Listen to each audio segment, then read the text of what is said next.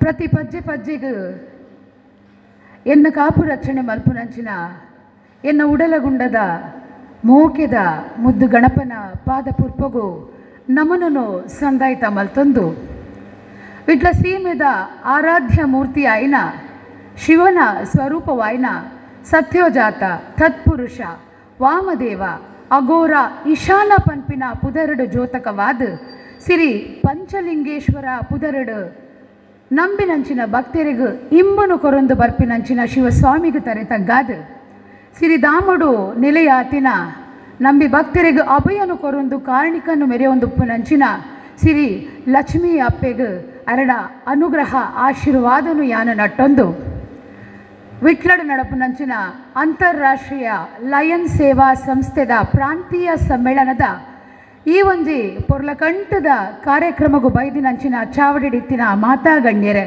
ಅಂಚನೆ ಈ ಲೇಸದ ರಂಗನ ನನಲಾತ ಹೆಚ್ಚ ಮಲ್ಪರೆ ಬೈದಿನಂಚಿನ ಮಾತಾ ಬಿನ್ನೆರೆ ನಿಕ್ಲೆಗ್ ಮಾತರೆಗ್ಲೆ ಎನ್ನ ಸಾರ ಸಾರ ಸೊಲ್ಮೇಲು ತುಳುವಪ್ಪೆನ ಮಟ್ಟಿಲಡು ಬುಳೆಯಿನಂಚಿನ ನಮಕ್ ಪೆದ್ದಿ ಅಪ್ಪೆ ತುಳುವಪ್ಪೆ ಅಂಚನೆ ಕರ್ನಾಟಕ ರಾಜ್ಯಡು ಪುಟ್ಟಿನ ನಮಕ್ ನಮನ ತಾಂಕಿನ ಅಪ್ಪೆ ಕನ್ನಡ ಅಪ್ಪೆ ಮಾತೃಭಾಷೆ ತುಳು ಆಂಡಲ ತುಳು ಭಾಷೆಡು ಪಾತಿರಂಡಲ ನಮ್ಮ ಬರವಸರೋ ಕಲ್ತದಿನಿ ಕನ್ನಡ ಭಾಷೆ ಬೊಕ್ಕ ಆಂಗ್ಲ ಭಾಷೆಡು ಅಂಚಾದ ಕನ್ನಡ ಅಪ್ಪೆನಲ್ಲ ತುಳು ಅಪ್ಪೆನಲ್ಲ ಕೈಯನ್ನು ಪತ್ತೊಂದು ಬುಳೆತಿನ ಯಾನಿ ಇನಿ ಭಾಷೆನು ಅಂತ ಬೆರಕೆ ಮಲ್ತೆ ಪಾತಿರ್ವೆ ದಯಪಂಡ ಎಂಕ್ ಕನ್ನಡ ಭಾಷೆ ಆಂಗ್ಲ ಭಾಷೆನ ಬೆರಕೆ ಮಲ್ತೆ ಪಾತಿರ್ಲೆ ನೆಟೆ ದೂರ ದೂರದಕ್ಕಲು ಹಾಸನ ಸಕಲೇಶ್ಪುರದ್ದು ಬರ್ಪೇರು ಅಕ್ಲಿಗೊಂತೆ ತುಳು ತೆರೆಯುಜಿಂದು ಪಂತೇರು ಐಕಾದ ಯಾನ್ ಇನಿ ಕನ್ನಡೋಡು ಪಾತಿರ್ವೆ ಏನಾಡ್ದು ದಾದಾಂಡಲ ತಪ್ಪಾದಿತ್ತಂಡ ನಿಕ್ಕಲು ಮಾತಿರ್ಲೆ ಎಂಕ್ ಮನ್ನಿ ಪೋಡು ಇನಿ ಎಂಕೊಂತೆ ಪೋಡಿಗೆ ಆಪುಂಡು ಏಪಲ್ ಎಂಕ ಪೋಡಿಗೆ ಆಪು ಜಾಂಡ ಇನಿ ಎಂಕ ಪೋಡಿಗೆ ಆಪುಂಡು ದಾಯಂದು ಪಂಡ ಯಾನ ಸಿಮ್ಮೊಲೆದ ನಡುಟುಲ್ಲೆ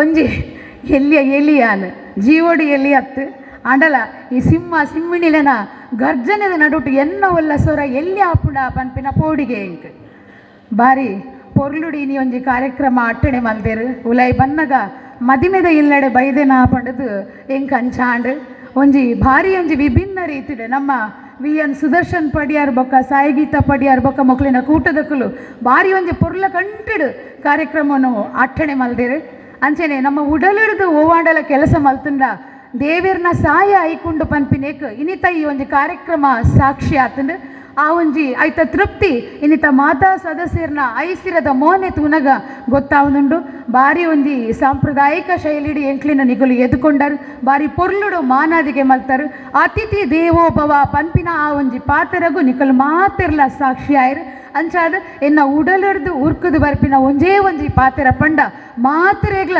ಉಡಲ್ದಿಂಜಿನ ಸೊಲ್ಮೇಲು ಎಲ್ರಿಗೂ ಹೃದಯಾಂತರಾಳದ ವಂದನೆಗಳು. ಲಯನ್ಸ್ ಸೇವಾ ಸಂಸ್ಥೆ ಸೇವೆ ಎಂಬ ಹೆಸರು ಇದರಲ್ಲೇ ಇದೆ. ನಾನು ಲಯನ್ಸ್ ಕ್ಲಬ್ಬಿನ ಸದಸ್ಯಳಲ್ಲ, ಆದರೆ ಲಯನ್ಸ್ ಮಾಡುವಂತಹ ಕಾರ್ಯಕ್ರಮಗಳನ್ನು ನಾನು ನೋಡಿದ್ದೇನೆ, ಕೇಳಿದ್ದೇನೆ. ಯಾವಾಗ ನನ್ನನ್ನು ಸುದರ್ಶನ್ ಪಡಿಯಾರ್ ಅವರು ಇಲ್ಲಿನ ಒಂದು ಸಭೆಗೆ ಭಾಷಣ ಮಾಡಲು ಕರೆದ್ರು, ಅಂದಿನಿಂದ ನಾನು ಲಯನ್ಸ್ನ ಬಗ್ಗೆ ಸ್ವಲ್ಪ ತಿಳ್ಕೊಂಡೆ. ಸ್ವಲ್ಪ ತಿಳಿದ ವಿಷಯವನ್ನು ನಿಮಗೆ ನಾನಿಲ್ಲಿ ಹೇಳಲು ಇಚ್ಛಿಸ್ತೇನೆ. ಈ ಲಯನ್ಸ್ ಕ್ಲಬ್ಬನ್ನು ವಿಲಿಯಂ ಚೆರಿವುಡ್ ಅವರು 1916 ಅಕ್ಟೋಬರ್ 24ರಂದು ಸ್ಥಾಪಿಸಿದರು. ತರುವಾಯ ಮೆಲ್ವಿನ್ ಜೋನ್ಸ್ ಅವರ ಮಾರ್ಗದರ್ಶನ ಹಾಗೂ ಮೇಲ್ವಿಚಾರಣೆಯಲ್ಲಿ ಅಂತಾರಾಷ್ಟ್ರೀಯ ಲಯನ್ಸ್ ಸೇವಾ ಸಂಸ್ಥೆಯಾಗಿ ವಿಕಸನಗೊಂಡಿತು. ಇದರ ಸಿದ್ಧಾಂತ ಎಂದರೆ ನಿಸ್ವಾರ್ಥ ಸೇವೆ, ಅನ್ಸೆಲ್ಫಿಶ್ ಟು ಅದರ್ಸ್. ಹಾಗೆ ಈ ಸಿಂಹಗಳ ಧ್ಯೇಯ ಏನಪ್ಪ ಅಂದರೆ ವಿ ಸರ್ವ್, ನಾವು ಸೇವೆಯನ್ನು ಮಾಡುತ್ತೇವೆ, ನಿಮ್ಮ ಸೇವೆಯನ್ನು ನಾವು ನೋಡಿದ್ದೇವೆ, ಮನಸಾರೆ ಮೆಚ್ಚಿದ್ದೇವೆ. ಪ್ರೀತಿ, ಭಕ್ತಿ, ದಯೆ, ಸಹನೆ ಇವುಗಳ ಮಂತ್ರವನ್ನು ಪಠಿಸಿ ಸೇವೆಯನ್ನು ಮಾಡ್ತಾ ಬರ್ತಾ ಇದೆ ಅಂತಾರಾಷ್ಟ್ರೀಯ ಲಯನ್ಸ್ ಸೇವಾ ಸಂಸ್ಥೆ. ಇಂದು ಆ ಸ್ಥಾಪಕರಿಗೆ ಬಹಳ ಒಂದು ಖುಷಿ ಆಗ್ತದೆ, ಯಾಕಂದರೆ ನೀವೆಲ್ಲ ಸೇರಿ ಅವರ ಕನಸನ್ನು ನನಸು ಮಾಡಿದ್ದೀರಿ. ಪ್ರತಿ ಹಳ್ಳಿಗಳಲ್ಲಿ, ಗ್ರಾಮಗಳಲ್ಲಿ, ರಾಜ್ಯಗಳಲ್ಲಿ, ರಾಷ್ಟ್ರೀಯ ಮಟ್ಟದಲ್ಲಿ, ಅಂತಾರಾಷ್ಟ್ರೀಯ ಮಟ್ಟದಲ್ಲಿ ನಮ್ಮ ಲಯನ್ಸ್ ಸೇವಾ ಸಂಸ್ಥೆಯ ಒಂದು ಕಾರ್ಯವನ್ನು ಇಡೀ ವಿಶ್ವವೇ ಕೊಂಡಾಡುವ ಸ್ಥಿತಿಗೆ ಇಂದು ಅಂತಾರಾಷ್ಟ್ರೀಯ ಲಯನ್ಸ್ ಸೇವಾ ಸಂಸ್ಥೆಯು ಮಾಡುತ್ತಿದೆ. ಬಹಳ ಒಂದು ಹೆಮ್ಮೆಯ ವಿಚಾರ. ನೇತ್ರದಾನ ಶಿಬಿರಗಳಾಗಿರ್ಬೋದು, ರಕ್ತದಾನ ಶಿಬಿರಗಳಾಗಿರ್ಬೋದು, ಶ್ರವಣ ಸಮಸ್ಯೆಗಳ ಶಿಬಿರಗಳಾಗಿರ್ಬೋದು, ಪರಿಸರ ಸಂರಕ್ಷಣೆಯ ಶಿಬಿರಗಳಾಗಿರ್ಬೋದು, ಜಾಗೃತಿಯ ಕಾರ್ಯಕ್ರಮಗಳಾಗಿರ್ಬೋದು, ಶಿಕ್ಷಣಕ್ಕೆ ಪ್ರೋತ್ಸಾಹಗಳಿರ್ಬೋದು, ಮಕ್ಕಳ ಮತ್ತು ಮಹಿಳೆಯರ ಅಭಿವೃದ್ಧಿಯ ಕಾರ್ಯಕ್ರಮಗಳಿರ್ಬೋದು, ಹಲವಾರು ಸಂಸ್ಥೆ ಹಲವಾರು ಕಾರ್ಯಗಳನ್ನು ಈ ಲಯನ್ಸ್ ಸಂಸ್ಥೆ ಮಾಡಿಕೊಂಡು ಬರುತ್ತಿರೋದು ತುಂಬ ಹೆಮ್ಮೆಯ ವಿಚಾರವಾಗ್ತದೆ. ಹಾಗಾದರೆ ಸೇವೆ ಹೇಗಿರಬೇಕು? ಸೇವೆಯಲ್ಲಿ ಸತ್ಯವಿರಬೇಕು, ಸೇವೆಯಲ್ಲಿ ಧರ್ಮವಿರಬೇಕು, ಸೇವೆಯಲ್ಲಿ ನಿಷ್ಠೆ ಇರಬೇಕು, ಭಕ್ತಿ ಇರಬೇಕು, ತಾಳ್ಮೆ ಇರಬೇಕು. ಹಾಗಿದ್ರೆ ಮಾತ್ರ ನಾವು ಮಾಡುವ ಸೇವೆಗೆ ಸಾರ್ಥಕತೆ ಸಿಗುತ್ತೆ. ಸೇವೆಯಲ್ಲಿ ಸತ್ಯವಿರಬೇಕು ಒಂದೇ. ಸತ್ಯ ಮಾರ್ಗಕ್ಕೆ ತಪ್ಪಿ ನಡೆದರೆ ಮೆಚ್ಚನ ಪರಮಾತ್ಮನು, ಸತ್ಯನೇ ಭಗವಂತನೆಂಬ ಪುಣ್ಯಕೋಟಿಯ ಕಥೆ ಇದು. ಪುಣ್ಯಕೋಟಿಯ ಕಥೆಯನ್ನು ನಾವು ಪುಟ್ಟ ಮಕ್ಕಳಿರುವಾಗ ಕೇಳಿಕೊಂಡು ಬರ್ತಾ ಇದ್ದೇವೆ. ಇತ್ತೀಚಿನ ದಿನಗಳಲ್ಲಿ ಮೈಸೂರಿನ ಕಥೆಗಳು ಎಂಬ ಫೇಸ್ಬುಕ್ ಪೇಜಲ್ಲಿ ವಾಸುದೇವಯ್ಯ ಎಂಬುವರು ಈ ಗೋವಿನ ಹಾಡನ್ನು ಬರೆದ್ರು ಅಂತ ನಮ್ಮ ಖ್ಯಾತ ಹಿರಿಯ ವರದಿಗಾರ ಮನೋಹರ್ ಪ್ರಸಾದ್ ಅವರು ಹೇಳಿದ್ದಾರೆ. ಇದರ ಸೃಷ್ಟಿಕರ್ತ ಯಾರು ಅಂತ ಗೊತ್ತಿಲ್ಲ, ಜನಪದೀಯವಾಗಿ ಬಂದಂಥ ಗೋವಿನ ಹಾಡು ಯಾರು ಅಂತ ಗೊತ್ತಿಲ್ಲ. ಮಹಾನ್ ಕವಿಗಳು ಈ ಗೋವಿನ ಹಾಡನ್ನು ಬರೆದಿರ್ಬೋದು. ಯಾರೇ ಬರೆದಿರಲಿ, ಇಂಥ ಪುಣ್ಯಕೋಟಿಯ ಕಥೆಯನ್ನು ಬರೆದಂತಹ ಆ ಪುಣ್ಯಾತ್ಮನಿಗೆ ಇಂದು ಈ ವೇದಿಕೆಯಲ್ಲಿ ನಾನು ಕೋಟಿ ಕೋಟಿ ನಮನಗಳನ್ನು ಸಲ್ಲಿಸ್ತೇನೆ. ಅಷ್ಟು ಒಂದು ಅರ್ಥಗರ್ಭಿತವಾದ ಹಾಡದು. ದನ ಮತ್ತು ಹುಲಿಯ ಆ ಒಂದು ಚಿತ್ರಣದ ಮೂಲಕ ಸತ್ಯ ಏನು, ಸತ್ಯದ ಬೆಲೆ ಏನೆಂಬುದನ್ನು ಆ ಹಾಡು ನಮಗೆ ತೋರಿಸಿಕೊಡುತ್ತೆ. ಹಾಗೆ ನಮ್ಮ ಹಿಂದೂ ಧರ್ಮದ ಪ್ರಾಚೀನ ಗ್ರಂಥವಾದ ಅದರ ಒಂದು ಭಾಗ ಮುಂಡಕ ಉಪನಿಷತ್ತಿನಲ್ಲಿ ಸತ್ಯಮೇವ ಜಯತೆ ಅಂತ ಇದೆ. ಸತ್ಯ ಒಂದು ಯಾವತ್ತೂ ಗೆಲ್ಲುತ್ತೆ, ಸತ್ಯಕ್ಕೆ ಜಯವಿದೆ ಅಂತ ಇದೆ. ಹಾಗೆ ನಮ್ಮ ಹೆಮ್ಮೆಯ ರಾಷ್ಟ್ರೀಯ ಲಾಂಛನದಲ್ಲಿರುವಂಥ ವಾಕ್ಯ ಏನು? ಸತ್ಯಮೇವ ಜಯತೆ. ಸತ್ಯ ಯಾವಾಗಲೂ ಗೆಲ್ಲುತ್ತೆ, ಅದನ್ನು ನಾವು ಒಪ್ಪಿಕೊಳ್ಳಬೇಕು. ಒಂದು ದಿವಸ ಸತ್ಯ ಮತ್ತು ಸುಳ್ಳು ಸ್ನಾನಕ್ಕೆ ಇಳಿತದಂತೆ. ಸ್ನಾನಕ್ಕೆ ಇಳಿದಂಥ ಸಂದರ್ಭದಲ್ಲಿ ಸುಳ್ಳು ಯಾವತ್ತೂ ಮೋಸ. ಸುಳ್ಳು ಸ್ವಲ್ಪ ಬೇಗನೆ ಬಂದು ಸತ್ಯದ ವಸ್ತ್ರವನ್ನು ಹಾಕಿಕೊಂಡು ಹೋಗ್ತದಂತೆ. ಆ ಸಂದರ್ಭದಲ್ಲಿ ಸ್ವಲ್ಪ ಹೊತ್ತಿನ ಬಳಿಕ ಸತ್ಯ ಮೇಲೆ ಬರುವಾಗ ತನ್ನ ವಸ್ತ್ರ ಇರುವುದಿಲ್ಲ ಅಂತೆ. ಸುಳ್ಳಿನ ವಸ್ತ್ರ ಅಲ್ಲಿತ್ತು. ಸುಳ್ಳಿನ ವಸ್ತ್ರ ಸತ್ಯಕ್ಕೆ ಬೇಡ, ಸತ್ಯ ಯಾವತ್ತೂ ಸತ್ಯ. ಆದ್ದರಿಂದ ಸತ್ಯ ತನ್ನ ಬಟ್ಟೆಯನ್ನು ಹುಡುಕಿಕೊಂಡು ಹೋಗ್ತಾ ಇರ್ತದಂತೆ. ಈಗಲೂ ತಿಳಿದವರು ಹಿರಿಯವರು ಹೇಳ್ತಾರೆ ನಗ್ನ ಸತ್ಯ. ಅದಕ್ಕೋಸ್ಕರಲೇ ಈ ಮಾತು ಬಂದಿರಬೇಕು, ನಗ್ನ ಸತ್ಯ. ಸೇವೆಯಲ್ಲಿ ಯಾವಾಗಲೂ ವಂಚನೆ ಇರಬಾರ್ದು. ಈಗಲೂ ನಾವು ನೋಡ್ತೇವೆ, ರೋಗಿಗಳು ರೋಗದ ಸಂದರ್ಭದಲ್ಲಿ ಸಹಾಯ ಹಸ್ತವನ್ನು ಚಾಚುತ್ತಿರ್ತಾರೆ. ಆಗ ಯಾರೋ ಒಬ್ಬನು ಅವರಿಗೋಸ್ಕರ ಸಹಾಯ ಹಸ್ತವನ್ನು ಚಾಚಿ ಅವನ ಖಾತೆಯನ್ನು ಕೊಟ್ಟಿರ್ತಾನೆ.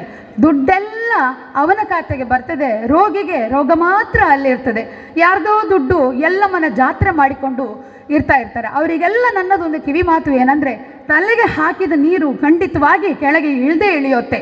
ಆದ್ದರಿಂದ ಮಾಡಿ ದುಣ್ಣೋ ಮಹಾರಾಯ ಎಂಬ ಮಾತು ಅವರಿಗೆ ತಟ್ಟದೇ ಇರುವುದಿಲ್ಲ ಎಂಬುದೇ ನನ್ನ ಮಾತು. ಸೇವೆಯಲ್ಲಿ ಧರ್ಮ ಇರಬೇಕು. ಯಾವ ರೀತಿಯ ಸೇವೆ ಇರ್ಬೋದು? ಭಗವಂತನ ಸೇವೆ ಆಗಿರ್ಬೋದು, ರೋಗಿಗಳ ಸೇವೆ ಆಗಿರ್ಬೋದು, ವೃದ್ಧರ ಸೇವೆಯಾಗಿರ್ಬೋದು, ಪ್ರಾಣಿ ಪಕ್ಷಿಗಳ ಸೇವೆಯಾಗಿರ್ಬೋದು, ಅನೇಕ ರೀತಿಯ ಸೇವೆಗಳಿರುತ್ತೆ. ಸೇವೆಯಲ್ಲಿ ಧರ್ಮವಿರಬೇಕು ಅಂದೆ. ನಮ್ಮ 12ನೇ ಶತಮಾನದ ಮಹಾಪುರುಷ ಕ್ರಾಂತಿಕಾರಿ ಬಸವಣ್ಣನವರು ಹೇಳ್ತಾರೆ, ಉಳ್ಳವರು ದೇವಾಲಯವನ್ನು ಕಟ್ಟುವರು, ನಾನೇನು ಮಾಡಲಿ ಬಡವನಯ್ಯ, ನನ್ನ ಕಾಲೇ ಕಂಬ ದೇಹವೇ ದೇಗುಲ, ಶಿರವೇ ಹೊನ್ನ ಕಳಸವಯ್ಯ ಅಂತ ಹೇಳ್ತಾರೆ. ಹಾಗಾದರೆ ದೇವರಿಗೆ ಆಡಂಬರ ಬೇಕಾ ಎಂಬ ಪ್ರಶ್ನೆ. ದೇವರಿಗೆ ಆಡಂಬರದ ಭಕ್ತಿ ಬೇಕಾ? ಬೇಡ. ನಮ್ಮ ಅಂತರಂಗದ ಭಕ್ತಿ ಮಾತ್ರ ಸಾಕು. ಒಂದು ಉದಾಹರಣೆ ಹೇಳೋದಾದರೆ, ಒಂದು ದಿವಸ ಶ್ರೀಕೃಷ್ಣ ದೇವರ ಹತ್ರ ಸತ್ಯಭಾಮೆ ಹೇಳ್ತಾಳಂತೆ, ನನಗೆ ನಿನ್ನ ಹತ್ರ ತುಂಬ ಪ್ರೀತಿ ಇದೆ, ನನ್ನ ಭಕ್ತಿಯನ್ನು ನಿನಗೆ ತೋರ್ಪಡಿಸಬೇಕು ಅಂತ ಹೇಳ್ತಾಳಂತೆ. ಶ್ರೀಕೃಷ್ಣ ನಕ್ಕು ಆಯಿತು ಅಂತ ಹೇಳಿದ ಮೇಲೆ ತುಲಭಾರ ಸೇವೆಯನ್ನು ತಯಾರು ಮಾಡ್ತಾರಂತೆ.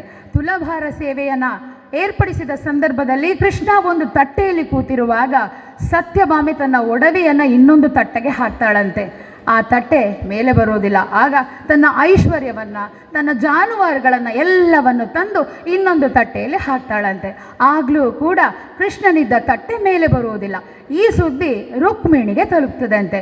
ರುಕ್ಮಿಣಿ ಓಡೋಡಿ ಬಂದು ಶ್ರೀಕೃಷ್ಣನ ಮುಖವನ್ನು ನೋಡ್ತಾಳೆ, ಶ್ರೀಕೃಷ್ಣನ ಲೀಲೆಯನ್ನು ಅಂದಾಜಿಸ್ತಾಳೆ. ಆಕೆ ಒಂದು ತುಳಸಿ ದಳದಲ್ಲಿ ಶ್ರೀಕೃಷ್ಣನ ನಾಮ ಜಪವನ್ನು ಮಾಡಿಕೊಂಡಿರ್ತಾಳೆ. ಆಗ ಸತ್ಯಭಾಮೆ ಹೇಳ್ತಾಳಂತೆ, ಇಷ್ಟು ಒಡವೆ, ಇಷ್ಟು ಐಶ್ವರ್ಯ, ಇಷ್ಟು ಜಾನುವಾರುಗಳನ್ನು ನಾನು ಹಾಕಿದ್ದೇನೆ, ನಿನ್ನ ಒಂದು ತುಳಸಿಯ ದಳದಲ್ಲಿ ನಮ್ಮ ಕೃಷ್ಣ ಮೇಲೆ ಬರುವನೆ ಅಂತ ಕೇಳ್ತಾಳಂತೆ. ಆಗ ರುಕ್ಮಿಣಿ ನಕ್ಕು ಆ ತುಳಸಿ ದಳವನ್ನು ತನ್ನ ತಟ್ಟೆಗೆ ಹಾಕ್ತಾಳಂತೆ. ಅದ ಕೂಡಲೇ ತುಲಾಭಾರ ಸೇವೆ ಸರಿಯಾಗಿ ಶ್ರೀಕೃಷ್ಣ ತಟ್ಟೆ ಮೇಲೆ ಬರ್ತದಂತೆ. ಹಾಗಾದರೆ ಒಂದು ತುಳಸಿ ದಳದಲ್ಲಿ ಆ ತುಲಾಭಾರ ಸೇವೆ ನಡೀತದೆ ಅಂದರೆ ದೇವರಿಗೆ ಆಡಂಬರ ಬೇಕಾ ಎಂಬ ಪ್ರಶ್ನೆ. ದೇವರಿಗೆ ಯಾವಾಗಲೂ ಏನು ಬೇಕು? ದೇವರಿಗೆ ಭಕ್ತಿ ಬೇಕು. ಇನ್ನೊಂದು ಉದಾಹರಣೆ, ಸೇವೆಯಲ್ಲಿ ಭಕ್ತಿ ಇರಬೇಕು, ತಾಳ್ಮೆ ಇರಬೇಕು, ನಿಷ್ಠೆ ಇರಬೇಕು ಅಂದೆ. ನಮಗೆಲ್ಲರಿಗೂ ಶ್ರೀರಾಮನ ಶಬರಿಯ ಕತೆ ಹೆಚ್ಚಾಗಿ ಗೊತ್ತಿರಬಹುದು. ಶಬರಿಯ ಪೂರ್ವದ ಹೆಸರು ಶ್ರಮಣ. ಆಕೆ ಬುಡಕಟ್ಟು ಜನಾಂಗದವಳಾಗಿರ್ತಾಳೆ. ಸಣ್ಣನಿಂದಲೇ ಆಕೆಗೆ ಶ್ರೀರಾಮ ಅಂದರೆ ತುಂಬ ಭಕ್ತಿ. ಅವಳ ಮದುವೆಯ ಸಂಸಾರ ಜೀವನವು ಸರಿಯಾಗುವುದಿಲ್ಲ. ಆದ್ದರಿಂದ ತನ್ನ ಸಂಸಾರವನ್ನು ಬಿಟ್ಟು ಆಕೆ ಮತ್ತಂಗ ಮುನಿಗಳ ಆಶ್ರಮಕ್ಕೆ ಧಾವಿಸ್ತಾಳೆ. ಇವಳು ಬುಡಕಟ್ಟು ಜನಾಂಗದವಳು ಎಂದು ಆಕೆಯನ್ನು ಆಶ್ರಮಕ್ಕೆ ಸೇರಿಸುವುದಿಲ್ಲ. ಆದರೆ ಮತ್ತಂಗ ಮುನಿಗಳಿಗೆ ಮಾತ್ರ ಈಕೆಗೆ ರಾಮನ ಮೇಲೆ ಇದ್ದ ಭಕ್ತಿಯನ್ನು ಕಂಡು ತುಂಬ ಸಂತೋಷವಾಗುತ್ತದೆ. ಆಕೆಯನ್ನು ಆ ಆಶ್ರಮದಲ್ಲಿ ಉಳಿಯಲು ಹೇಳುತ್ತಾರೆ. ದಿನನಿತ್ಯ ಈಕೆ ರಾಮನ ಭಕ್ತಿಯನ್ನು ಮಾಡಿ ಮತ್ತಂಗ ಮುನಿಗಳ ಹತ್ರ ಹೇಳ್ತಾಳೆ, ನನಗೆ ಶ್ರೀರಾಮನ ದರ್ಶನವಾಗಬೇಕು, ಅವನನ್ನು ನೋಡಬೇಕು ಅಂತ ಹೇಳ್ತಾಳೆ. ಆಗ ಮತ್ತಂಗ ಮುನಿಗಳು ಹೇಳ್ತಾರೆ, ನಿನ್ನ ಭಕ್ತಿ ನಿನ್ನನ್ನು ರಾಮನನ್ನು ನೋಡುವಂತೆ ಮಾಡುತ್ತದೆ, ನೀನು ಭಕ್ತಿಯಿಂದ ಕಾಯ್ತಾ ಇರು, ತಾಳ್ಮೆಯಿಂದ ಇರು ಅಂತ ಹೇಳ್ತದೆ. ಆಮೇಲೆ ಒಂದು ದಿವಸ ಚಿತ್ರಕೂಟ ಬೆಟ್ಟಕ್ಕೆ ಶ್ರೀರಾಮ ಮತ್ತು ಲಕ್ಷ್ಮಣ ಬಂದಿರುವ ಸುದ್ದಿ ಮತ್ತಂಗ ಮುನಿಗಳು ಶಬರಿಗೆ ಹೇಳ್ತಾರೆ. ಅದೇ ಚಿತ್ರಕೂಟ ಬೆಟ್ಟದಲ್ಲಿದ್ದಂಥ ಶಬರಿ ಓಡೋಡಿ ಹೋಗಿ ಶ್ರೀರಾಮನನ್ನು ಭೇಟಿಯಾಗ್ತಾಳೆ, ಸಂತೋಷ ಪಡ್ತಾಳೆ. ತನ್ನಲ್ಲಿದ್ದ ಹಣ್ಣುಗಳನ್ನು ಕಚ್ಚಿ ಕಚ್ಚಿ ಹುಳಿಯ ಸಿಹಿಯ ಅಂತ ನೋಡಿ ಸಿಹಿಯಾದ ಹಣ್ಣುಗಳನ್ನು ರಾಮನಿಗೆ ಕೊಡ್ತಾನೆ. ರಾಮ ಅದನ್ನು ಚೆನ್ನಾಗಿ ತಿಂತಾನೆ. ಇಲ್ಲಿ ನೋಡಿ, ಯಾವುದೂ ಇಲ್ಲ, ಭಕ್ತಿಯ ಮುಂದೆ ಯಾವುದೂ ಇಲ್ಲ. ಆ ಎಂಜಲನ್ನು ರಾಮ ಆ ದಿವಸ ತಿಂದಂತೆ. ನಮ್ಮ ಬೇಡರ ಕಣ್ಣಪ್ಪ, ಕನಕದಾಸ, ಪುರಂದರದಾಸರ ಹಾಗೆ ಎಷ್ಟೋ ಉದಾಹರಣೆಗಳು ನಮಗೆ ಕಾಣಲಿಕ್ಕೆ ಸಿಗ್ತದೆ. ಸೇವೆಯಲ್ಲಿ ಅಳಿಲು ಸೇವೆ ಅಂತ ಕೇಳ್ತೇವೆ. ಮನಸ್ಸಿದ್ರೆ ನಾವು ಯಾವ ರೀತಿಯ ಸೇವೆಯನ್ನು ಕೂಡ ಮಾಡ್ಬೋದು ಹೇಳೋದಕ್ಕೆ ಅಳಿಲು ಸೇವೆ ಒಂದು ಉದಾಹರಣೆ. ರಾವಣ ಸೀತೆಯನ್ನು ಅಪಹರಿಸಿದ ಸಂದರ್ಭದಲ್ಲಿ ಲಂಕೆಗೆ ಹೋಗಲು ರಾಮ ಸೇತುವೆ ಕಟ್ಟುವಂತಹ ಒಂದು ಸಂದರ್ಭ ಇತ್ತು. ಆಗ ವೀರ ವಾನರರ ಸೇವೆಯನ್ನು ರಾಮನು ತಗೊಂಡಿದ್ದ. ರಾಮ ಸೇತುವೆ ಮಾಡುವ ಸಂದರ್ಭದಲ್ಲಿ ವಾನರರು ದೊಡ್ಡ ದೊಡ್ಡ ಬಂಡೆ ಕಲ್ಲುಗಳನ್ನು ತಂದು ಕಟ್ತಿದ್ರಂತೆ. ಆಗ ಪುಟ್ಟ ಜೀವಿಯಾದ ಅಳಿಲು ನೋಡ್ತಾ ಇತ್ತು, ನನಗೂ ಕೂಡ ಏನಾದರೂ ಮಾಡಬೇಕು ಅಂತ ಅದಕ್ಕೆ ಆಯಿತು. ಆಗ ಅದು ಸಮುದ್ರಕ್ಕೆ ತೆರಳಿ ಅಲ್ಲಿ ಮುಳುಗಿ ತೀರದಲ್ಲಿದ್ದ ಮರಳಿನಲ್ಲಿ ಹೊರಳಿ ಬಂಡೆಗಳ ಹತ್ರ ಹೋಗಿ ಆ ಮರಳನ್ನು ಚೆಲ್ತಾ ಇತ್ತು. ಇದನ್ನು ನೋಡಿದಂತಹ ರಾಮದೇವರಿಗೆ ಬಹಳ ಖುಷಿಯಾಯಿತು. ಆ ರಾಮದೇವರು ಆ ಅಳಿಲನ್ನು ಕೈಗೆತ್ತಿಕೊಂಡು ನಿನ್ನ ಭಕ್ತಿಗೆ ನಾನು ಮೆಚ್ಚಿದ್ದೇನೆ ಅಂತ ಆ ಅಳಿಲನ್ನು ಅವರು ಸವರ್ತಾರೆ. ಈಗಲೂ ಕೂಡ ಅಳಿಲಿನ ಮೈಯಲ್ಲಿ ಒಂದು ಬಿಳಿಯ ಗುರುತನ್ನು ನೀವು ನೋಡ್ಬೋದು. ಇದು ರಾಮದೇವರು ಸವರಿದ್ದು ಅಂತ ಪ್ರತೀತಿ ಇದೆ. ಇದೆಲ್ಲ ಪುರಾಣ ಕಥೆಯಾದರೆ ಸ್ವಲ್ಪ ನಾನು ಮಾನವರ ಧರ್ಮದ ಕಡೆಗೆ ಬರ್ತೇನೆ. ಮಾನವರ ಸೇವೆಯ ಬಗ್ಗೆ ಹೇಳೋದಾದರೆ ನಮಗೆ ಸಿಗುವಂಥ ಉತ್ತಮ ಉದಾಹರಣೆ ಯಾವುದು? ನಮ್ಮ ಹಿರಿಯ ಮಾತೆಯಾದಂಥ ಮದರ್ ತೆರೇಸಾರವರ ಕತೆ. ಯುಗೋಸ್ಲೋವಿಯಾದಲ್ಲಿ 1910 ಆಗಸ್ಟ್ 26ರಂದು ಆಗ್ನೆಸ್ ಎಂಬ ಮದರ್ ತೆರೇಸಾ ಹುಟ್ಟಿದ ಕತೆ. ಸಣ್ಣದಿನಿಂದಲೂ ಅವರಿಗೆ ಬಡವರನ್ನು ಕಂಡ್ರೆ, ಅನಾಥರನ್ನು ಕಂಡ್ರೆ ಬಹಳ ಇಷ್ಟ ಅಂತೆ. ಅವರನ್ನು ನೋಡುವಾಗ ಅವರ ಹೊಟ್ಟೆಯ ಕರುಳು ಚುರುಗುಡ್ತಿತ್ತಂತೆ. ಹೀಗೆ ಬೆಳೆದಂತೆ ಅವರು ಕಲ್ಕತ್ತಾದ ಸಿಸ್ಟರ್ ಮೇರೀಸ್ ಸ್ಕೂಲಿನಲ್ಲಿ ಇತಿಹಾಸ ಶಿಕ್ಷಕಿಯಾಗಿ ಕೆಲಸಕ್ಕೆ ಸೇರ್ತಾರಂತೆ. ಅಲ್ಲಿ ಶ್ರೀಮಂತ ಹೆಣ್ಣು ಮಕ್ಕಳಿಗೆ ಮಾತ್ರ ಶಿಕ್ಷಣವನ್ನು ಹೇಳಿಕೊಡ್ತಿದ್ರಂತೆ. ಆಗ ಮದರ್ ತೆರೇಸಾ ಅವರಿಗೆ ತುಂಬ ಬೇಜಾರಾಗ್ತಿತ್ತಂತೆ, ಯಾಕೆ ಬಡ ಮಕ್ಕಳಿಗೆ ಇಲ್ಲ ಅಂತ.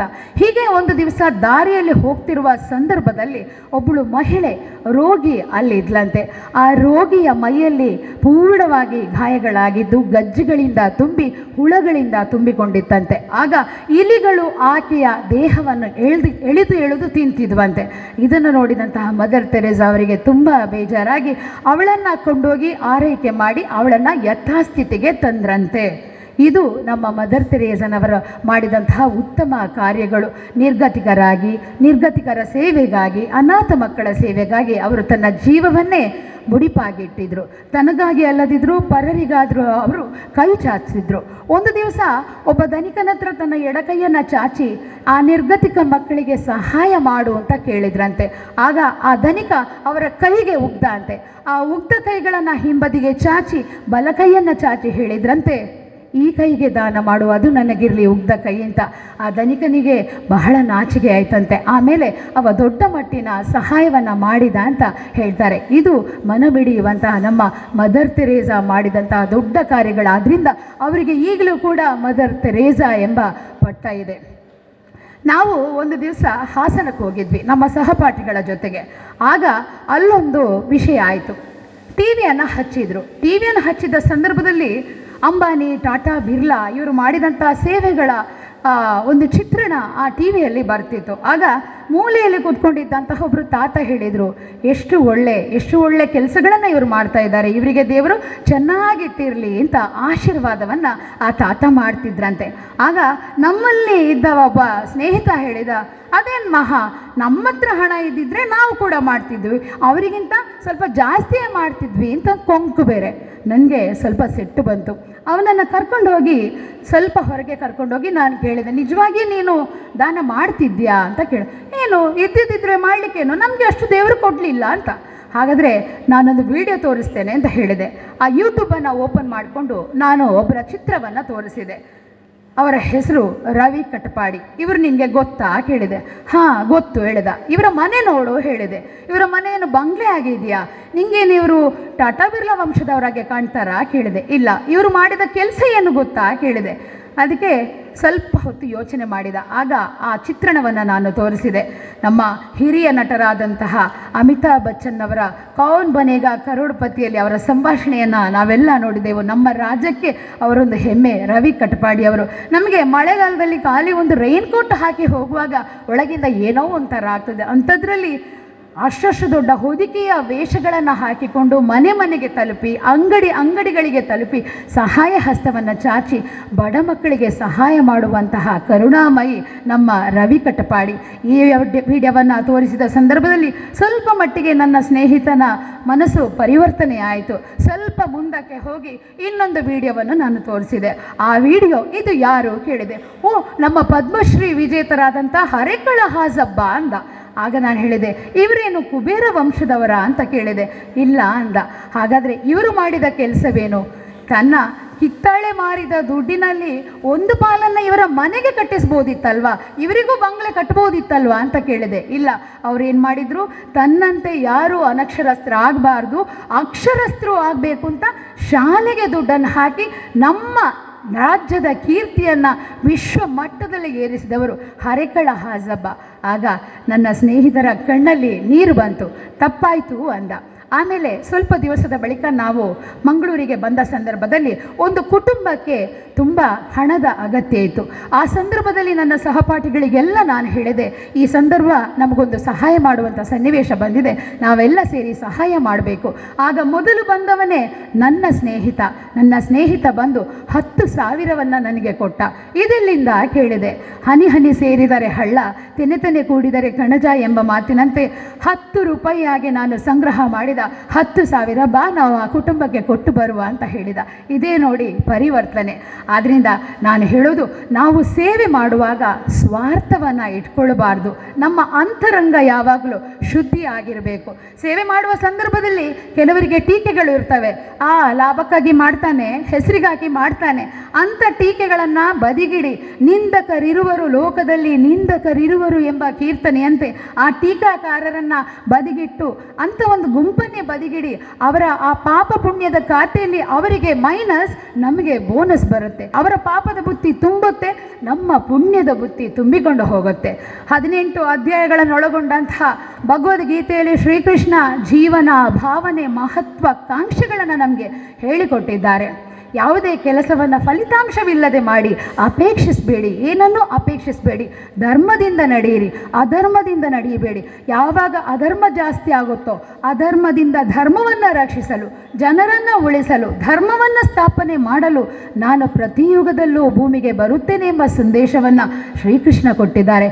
ಏಪ ಧರ್ಮ ಮದಯಾಪುಡು ಬದುಕ ಪುದಯಾಪುಡು ಪರಮಾತ್ಮೆ ಧರ್ಮ ತಾಪನಿಗೆ ಬರ್ಪಿರಿಗೆ ಪಂಪಿನ ಪಾತ್ರನು ನಮ್ಮ ಏಪಲ ನೆನಪುದಿಯೋಡು ಐಕಾದು ನಮ್ಮ ದಾದ ಮಲ್ಪೊಡು ಎಡ್ಡೆ ಕೆಲಸನು ಮಲ್ಪೊಡು ಸೆಟಿ ಬೊಕ್ಕ ಬುತ್ತಿ ಸೈತಿ ಬೊಕ್ಕ ದುಃಖ ಆವಿರಬಲ್ಲಿ ಅಂತಾರಾಷ್ಟ್ರೀಯ ಲಯನ್ ಸೇವಾ ಸಂಸ್ಥೆದ ಕುಲು ಬೇತಕುಲು ಮಸ್ತ್ ಮಟ್ಟದ ನಮಕ್ ಸಾಯನು ಮನ್ಪೇರು ಆ ಸಾಯನು ನಮ್ಮ ಗುರುತದಿಯೋಡು ಇತ್ತೆ ನಮ್ಮಡ ಆಯ್ಜಿಡಲ ಒಂಜಿ ಕಾಲೋಡು ಅಕುಲಿಗೆ ಮಂತಿಜಿಡಲ ಬೇತಕ್ಲಿಗೆ ಮಲ್ಪುನಂಚಿನ ಛಲ ಮನೋಭಾವ ನಮ್ಮಡೊಪ್ಪುಡು ಬೊಕ್ಕೊಂಜಿ ಕೆಬಿ ಪಾತ್ರ ಪನ್ಪೆ ಏರೆಲ್ಲ ಎಲ್ಲೆ ಮನ್ಪೋಚಿ ಏರೆಲ್ಲ ಚಲ್ಲು ಮನ್ಪೋಚಿ ಇನಿತ್ತಿನ ಬಡವೆ ಎಲ್ಲೆ ಮಲ್ಲಾಯ ಆಪೆ ಇನಿತ್ತಿನ ಮಲ್ಲಾಯ ಎಲ್ಲೆ ಪಾಪದ ಯಾಪೆ ದಾಯಿಗೆ ಕಲ್ಲು ಕೆತ್ತೊಂದಿತ್ತಿನ ಅರಿಸ್ಟಾಟಲ್ ತತ್ವಜ್ಞಾನಿ ಆತಜೇರ ಓಡದ ಬೇಲೆ ಮಲ್ತೊಂದಿತ್ತಿನಾರ ಮಗೆ ವೇನದ ಭಂಡಾರ ಆತ್ಮಲ್ಲ ವಿಜ್ಞಾನಿ ದೇಶದ ರಾಷ್ಟ್ರಪತಿ ಅಬ್ದುಲ್ ಕಲಾಂ ಆತಜೇರ ಮಾತೆಲ್ಲ ಬುಡ್ಕ ದೈವ ದೇವರನ ಕಲೆ ಕಾರ್ಣಿಕದ ಬಗ್ಗೆ ಕಾಂತಾರ ಸಿನಿಮಾದ ಮೂಲಕ ವಿಶ್ವವಿಖ್ಯಾತಿ ಪಡೆಯಿನಂಚಿನ ನಮ್ಮ ರಿಷಬ್ ಶೆಟ್ಟಿನೇ ದೊತ್ತನ್ಲೆ